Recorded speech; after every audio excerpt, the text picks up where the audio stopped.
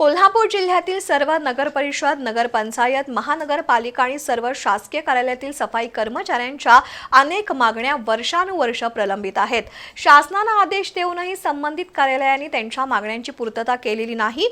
त्याच्या निषेधार्थ अखिल भारतीय सफाई मजदूर युनियनच्या वतीने आजपासून जिल्हाधिकारी कार्यालयासमोर आमरण उपोषण सुरू झालंय। सफाई कामगारांना त्यांच्या शैक्षणिक अर्हतेनुसार शासनाने वर्ग 3 आणि 4च्या पदावर नियुक्तीचे आदेश दिले आहेत, पण एकाही शासकीय कार्यालयाने त्याची अंमलबजावणी केलेली नाही। सफाई कर्मचाऱ्यांच्या अनेक मागण्यांसाठी शासनाकडे वारंवार पाठपुरावा करूनही संबंधित कार्यालयांनी त्याकडे दुर्लक्ष केलंय। त्याच्या निषेधार्थ अखिल भारतीय सफाई मजदूर युनियनच्या वतीने आजपासून जिल्हाधिकारी कार्यालयासमोर आमरण उपोषणाला सुरुवात झाली।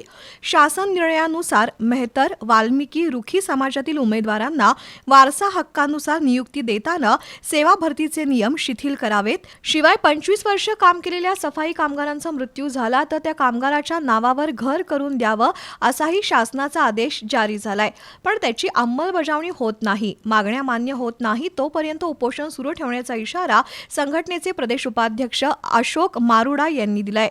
या उपोषणाला सुनील गोहिरे, विशाल वाघेला, अजय वाघेला, अनिल लाड, जयंत गोळावे, सुरेश पचरवाल यांच्यासह सफाई कर्मचारी सहभागी आहेत।